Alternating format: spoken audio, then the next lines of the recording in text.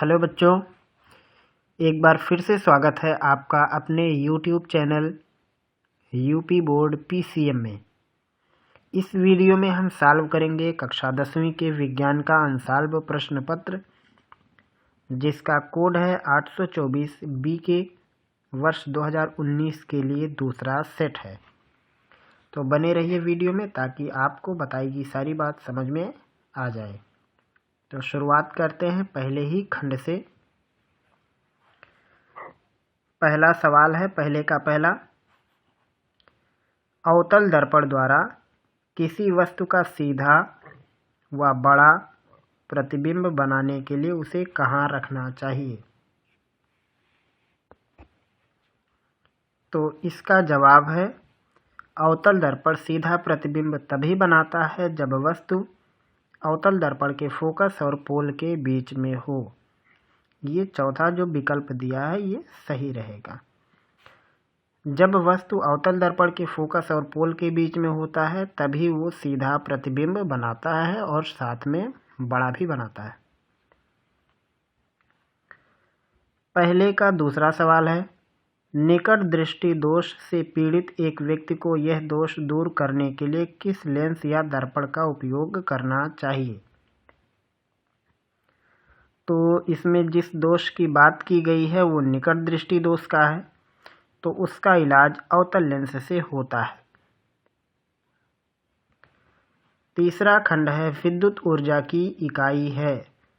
विद्युत ऊर्जा की इकाई किलोवाट घंटा होता है। तो यहाँ पे उसका एक छोटा यूनिट दिया है वाट सेकेंड। घंटे को सेकेंड में और किलोवाट को वाट में लिखा है, तो ये ऑप्शन सही रहेगा। चौथा खंड है, स्थिर चुंबकीय क्षेत्र में ध्रुवों के बीच किसी विद्युत धारावाही चालक पर लगने वाले बल की दिशा ज्ञात करने के लिए उपयुक्त नियम कौन सा है? तो सबसे फेमस नियम है फ्लेमिंग के बाएं हाथ का नियम। किसी भी करंट कैरिंग वायर पर लगने वाले बल की दिशा निकालने के लिए फ्लेमिंग के बाएं हाथ का नियम इस्तेमाल किया जाता है।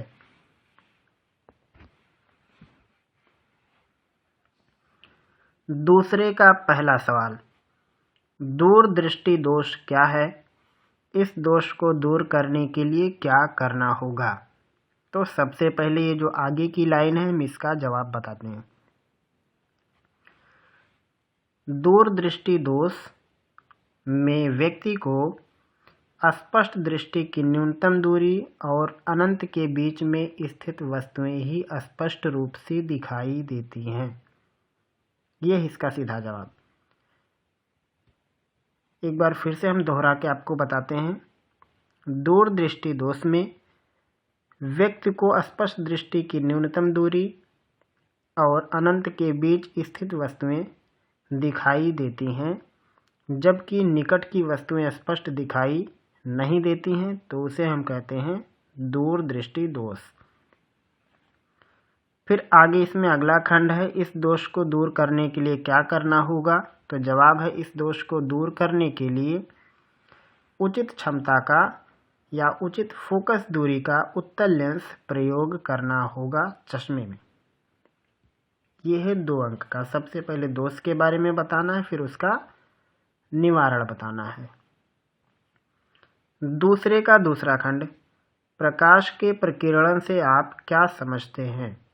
तो इसका जवाब है, जब प्रकाश की किरणें अलग अलग अपवर्तनांक के माध्यम से गुजरती हैं तो प्रकाश की किरणों के मार्ग विचलित हो जाते हैं, जिससे प्रकाश कई दिशाओं में कह सकते हैं विचलित हो जाता है, या कई दिशाओं में प्रकाश का प्रकीर्णन होने लगता है, बिखराव होने लगता है। ऐसी ही घटना प्रकाश की प्रकीर्णन कहलाती है।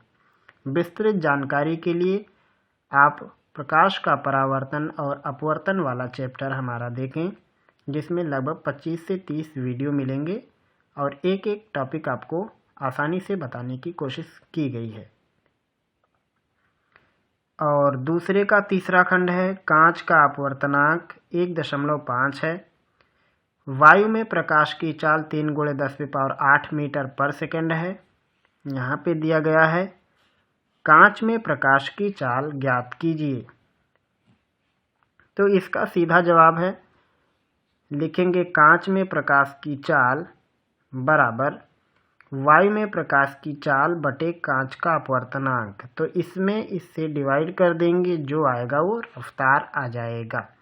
यानी 3 × 10⁸ में 1.5 से भाग करेंगे तो जवाब आएगा 2 × 10⁸ मीटर पर सेकेंड। इसका जवाब हो जाएगा। अगला सवाल है तीसरे का पहला। निम्न चित्र में प्रतिरोधक R1 बराबर 15 ओम यहाँ पे रहेगा, और R2 बराबर 10 ओम, और R3 बराबर 30 ओम, R4 बराबर यहाँ पे दिया हुआ है 5 ओम और 20 ओम। इन सबको 18 वोल्ट की बैटरी से जोड़ा गया है।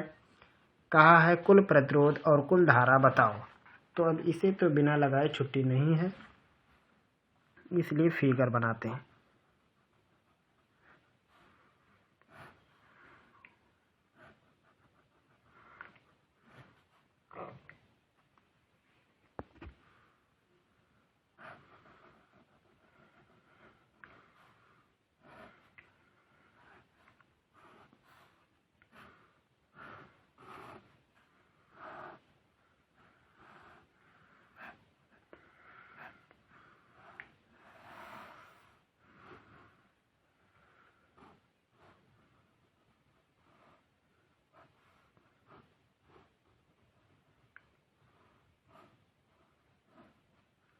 ये चित्र बन गया, और यहाँ पे जो वैल्यू दिया हुआ है, यहाँ पे लिखा R1, इसकी वैल्यू है 15 ओम। यहाँ लिखा R2, इसकी वैल्यू है 10 ओम। R3, इसकी वैल्यू है 30 ओम। R4 की वैल्यू 5 ओम, और R5 की वैल्यू है 20 ओम। कुल वोल्टेज दिया 18 वोल्ट। तो सवाल में कहा कि कुल प्रतिरोध और कुल धारा बताओ। तो सबसे पहले यहाँ पे ये 3 लोग सीरीज में हैं और ये 2 लोग सीरीज में हैं, इनकी कुल वैल्यू निकालेंगे। यहाँ पे लिखना पड़ेगा शब्दों में।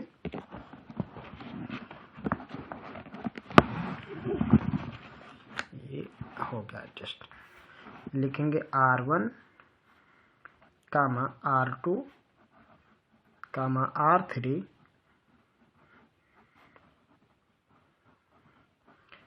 श्रेणी क्रम में है, इसलिए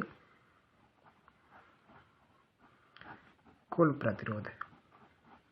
मतलब ये श्रेणी नहीं,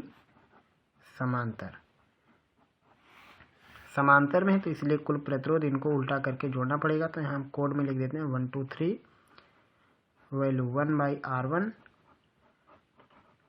प्लस 1/R2 प्लस 1/R3। अब टोटल कर दो तो ये कितना आएगा, 1/15, 10 और 30। सबका एलसीएम 30 होगा। 15 में 2 से गुणा, 10 में 3 से, और यहाँ इसी समय 2 1 3, ये 3 2 5 1 6/30, यानी 1/5 आएगा। तो इन सब की नेट वैल्यू कितनी आएगी, 5 ओम। ऐसे ही ये दोनों पैरेलल है, तो यहाँ पे लिखेंगे R4 कामा R5 समांतर क्रम में है। तो इनकी कुल वैल्यू को जोड़ने के लिए R4 5 करेंगे, 1/5 1/20, एलसीएम दोनों का 20 होगा।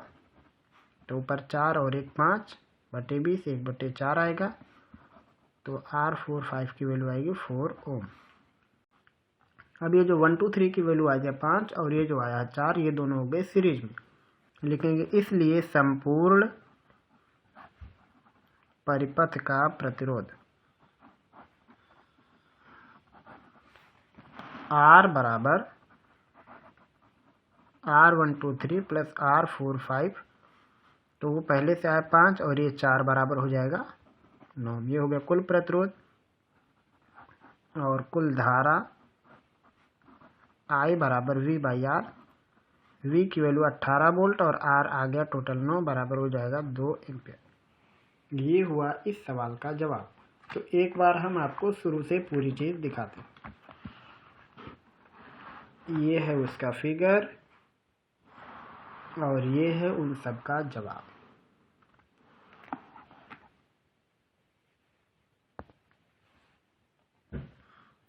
अगला सवाल है तीसरे के पहले का ऑप्शनल।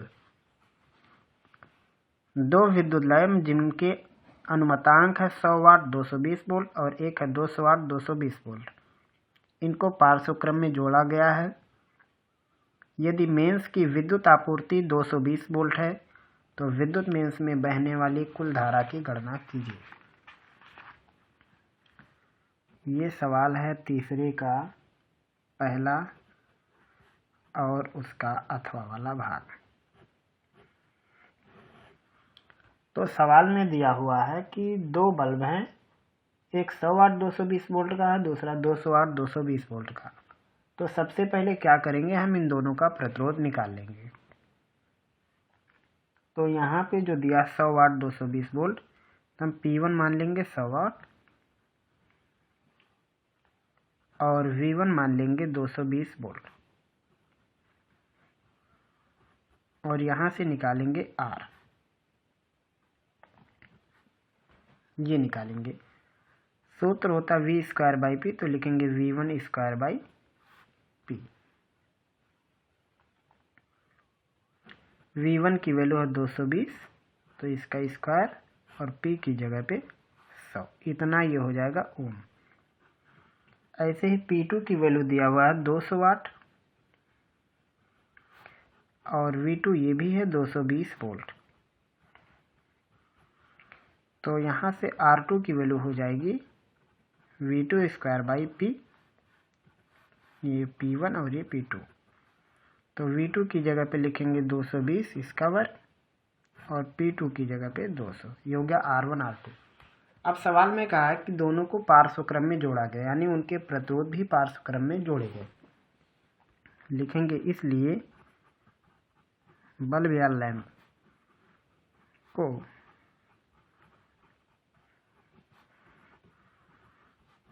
पार्श्व क्रम में जोड़ने पर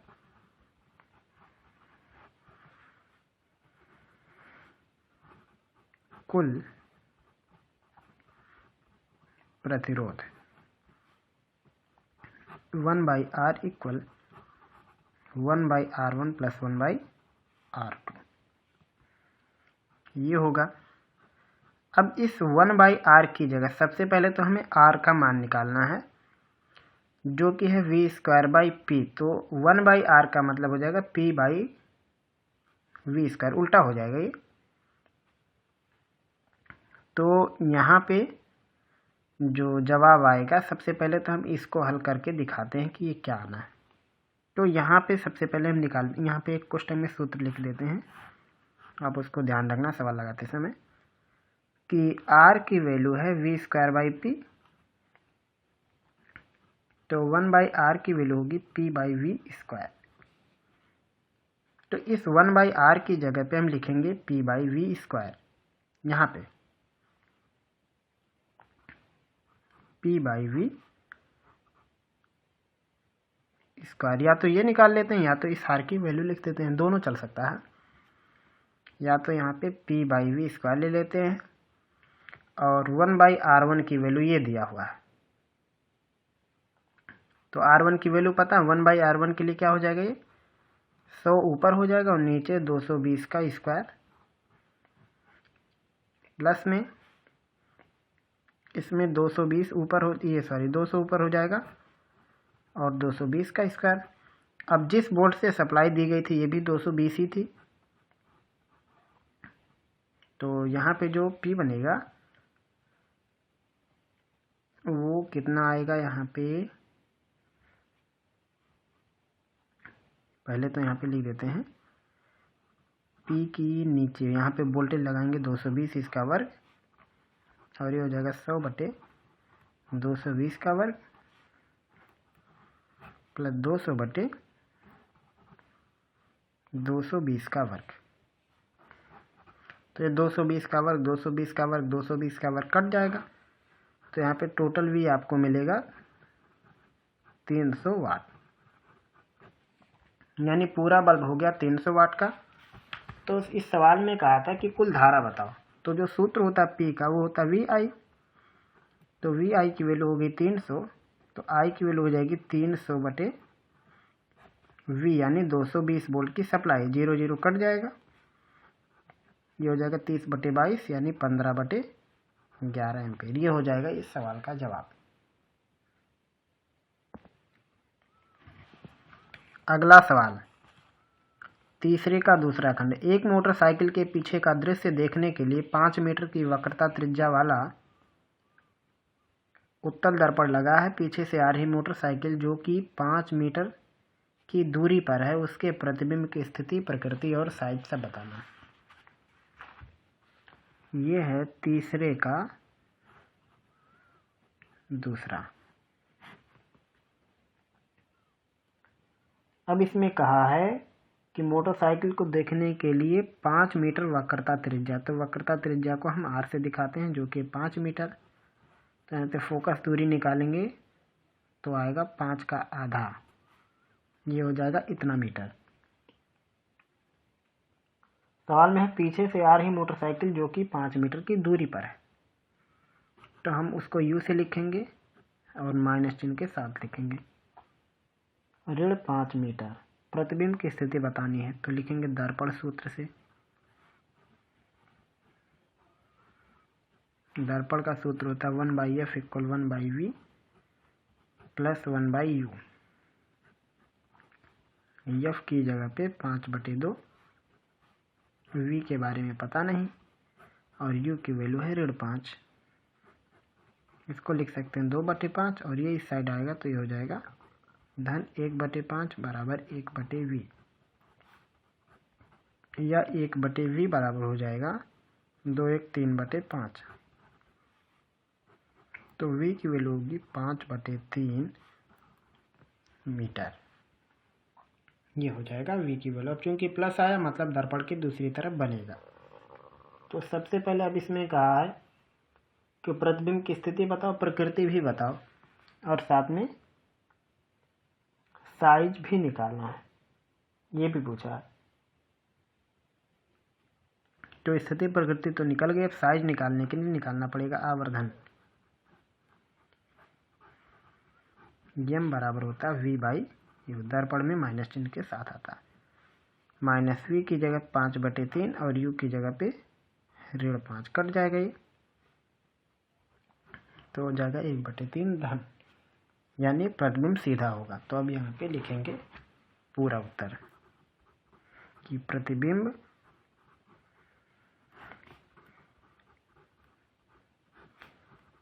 दर्पण के पीछे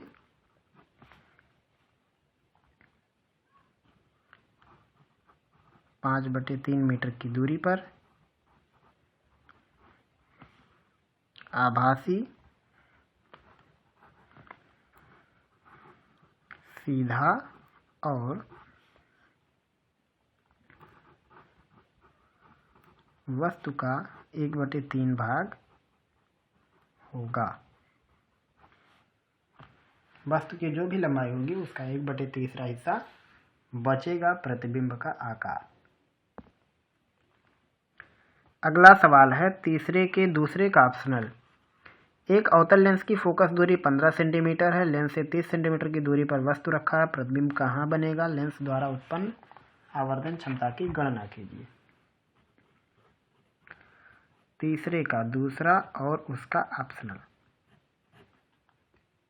इसमें अवतल लेंस है, उसकी फोकस दूरी, तो अवतल लेंस की फोकस दूरी माइनस में होती है तो ऋण 15 सेंटीमीटर, और वस्तु की दूरी हुआ 30 तो यहाँ लिखेंगे ऋण 30 सेंटीमीटर और सूत्र लगाएंगे लेंस का, लिखेंगे लेंस सूत्र 1/f = 1/v माइनस में 1/u। f की जगह पे ऋण 15, v के बारे में जानकारी नहीं और u के बारे में ऋण 30। ऋण और ऋण धन दूसरी तरफ आके ऋण हो जाएगा तो हो जाएगा ऋण 1/15 और ऋण 1/30।